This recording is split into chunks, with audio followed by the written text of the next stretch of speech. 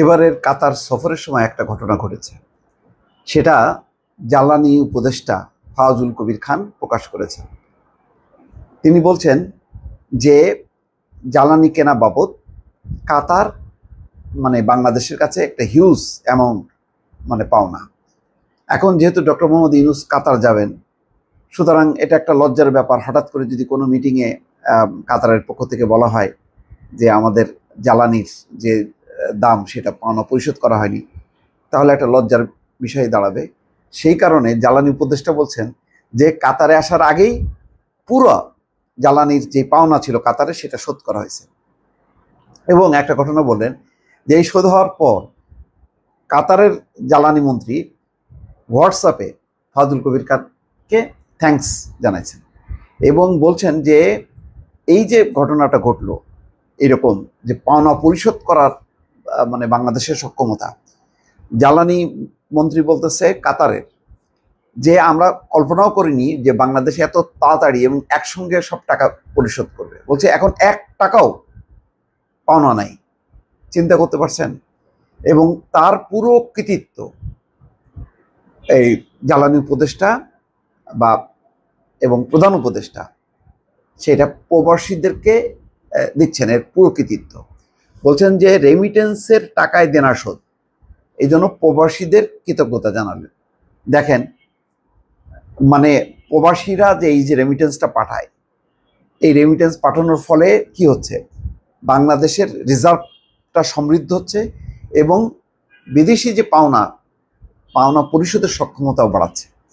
এবার জানেন যে সাম্প্রতিক মাসগুলোতে, বিশেষ করে এই অন্তর্বর্তী সরকার আসার পর থেকে একেবারে শনৈ উন্নতি যাকে বলে, দিনকে দিন রেমিটেন্সের পরিমাণটা বাড়ছে, যার ফলে একটা সম্ভাব্য যে সংকট, সেই সংকট থেকে রক্ষা পাইছে এবং কাতারের মতন উন্নত দেশকেও বাংলাদেশ পাওনা পরিশোধ করে সেই সক্ষমতা দেখাইতে পারছে এবং দেশের একটা ভাবমূর্তি উজ্জ্বল হয়েছে। এখন কাতারের কাছে অনেক কিছু চাওয়া যায়। এবং দেখেন, প্রধানমন্ত্রীর কাছে প্রধান উপদেষ্টা বলছে যে আমরা তোমাদের সহযোগিতা চাই। ওরা বলছে ঠিক আছে, তোমরা টেকনিক্যাল টিম পাঠাও, কি কি লাগবে আমাদেরকে এসে তারা আলোচনা করুক, তারা করবে। এটাই হচ্ছে বর্তমান অন্তর্বর্তী সরকার, যার বয়স 8 মাস কেবল বোধহয় পার হলো, তার একটা সফলতা। এগুলি মিলাবেন আগের 15 বছরের সঙ্গে। আগে তো দেনায় জর্জরিত, কোনো পাওনা পরিশোধ করতে পারছিল না। সমস্ত এই রূপপুর পারমাণবিক বিদ্যুৎ কেন্দ্র, আদানির পাওয়ার, সব পাওনাগুলি কিন্তু আটকায় রেখে কোনো রকমে ধরে রাখছিল, কিন্তু তারপরও রিজার্ভ কিন্তু ধরে রাখা যায়নি। কমতে কমতে এটা 14 বিলিয়ন 13 বিলিয়নে আসছিল, আর এখন সেটা 26 বিলিয়নে যে ঠেকছে, যেখানে 20 হচ্ছে স্ট্যান্ডার্ড, সেখান থেকেও ছাড়াই গেছে এবং আগামীতে আরও ছাড়াবে বলে আশা করা যাচ্ছে। সরকার গত 8 মাসে বিভিন্ন দেনা পরিশোধ করেছে প্রবাসীদের পাঠানো টাকায়। প্রধান উপদেষ্টা ডক্টর মোহাম্মদ ইউনূস এই জন্য প্রবাসীদের প্রতি কৃতজ্ঞতা জ্ঞাপন করেছেন। তিনি বলেন, এই বিপদের দিনে আপনারা পাশে না দাঁড়ালে বাংলাদেশ সোজা হয়ে দাঁড়াতে পারত না। কাতারের দোহায় বাংলাদেশি কমিউনিটির সঙ্গে মত বিনিময় অনুষ্ঠানে তিনি এসব কথা বলেন।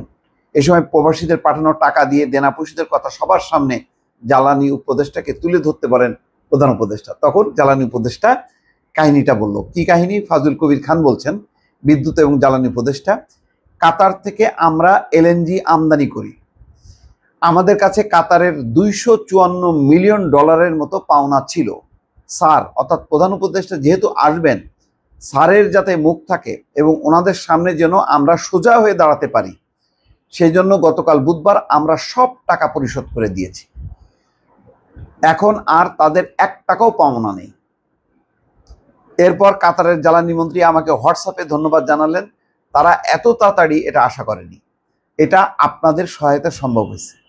দেখেন, এটাই হচ্ছে সরাসরি কৃতজ্ঞতা প্রকাশ। এবং কি একটা ঘটনা ঘটলো যে কাতারের মতন উন্নত তাদের কাছে এরকম পাওনা যদি থাকতো কোনো অসুবিধা ছিল না, বা কিছু দিয়ে রাখতে পারতো, কিন্তু না, পুরো শোধ করে দিয়ে একটা মর্যাদার সাথে মাথা উঁচু করে দাঁড়ালো, ইয়াস বাংলাদেশ পারে।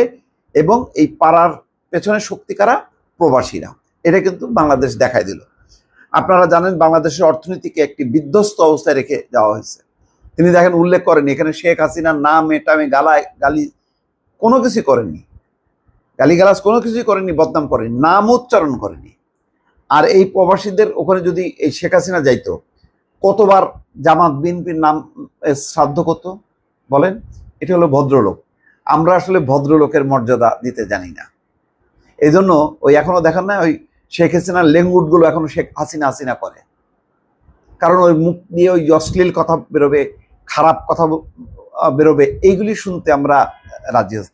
দেখেন এখানে কি বলছেন, আপনারা জানেন বাংলাদেশের অর্থনীতিকে একটি বিধ্বস্ত অবস্থায় রেখে যাওয়া হয়েছে। তিনি তো বলতে পারতেন যে শেখ হাসিনা তছনছ করছে, লুটপাট করছে, শেখ হাসিনার মতন জঘন্য, তার পুরো পরিবার চোর ডাকাত, কোনো কিছুই বললেন না।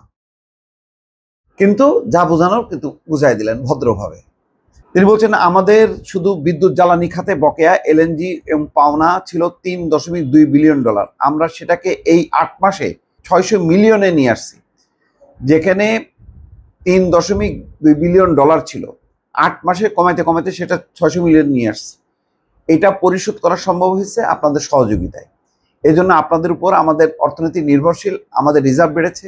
আমাদের বাইরে থেকে যে চাপ, IMF এর মতো আন্তর্জাতিক সংস্থার সঙ্গে কথা বলার শক্তি বাড়ছে। যাক, অনুষ্ঠানের প্রধান উপদেষ্টার কাছে কাতারে দীর্ঘদিন ধরে অবস্থানরত বাংলাদেশের বিভিন্ন সমস্যা সুযোগের কথা তুলে ধরেন। এটাই এখন দরকার। প্রবাসীদেরকে যত ইন্সপায়ার করা যাবে তত বেশি রিজার্ভ আসতে থাকবে। এটা হলো সোজা কথা। এটা ডক্টর ইউনূসও ভালোভাবে বুঝতে পারছে। দর্শক ভালো থাকবেন, আল্লাহ হাফেজ।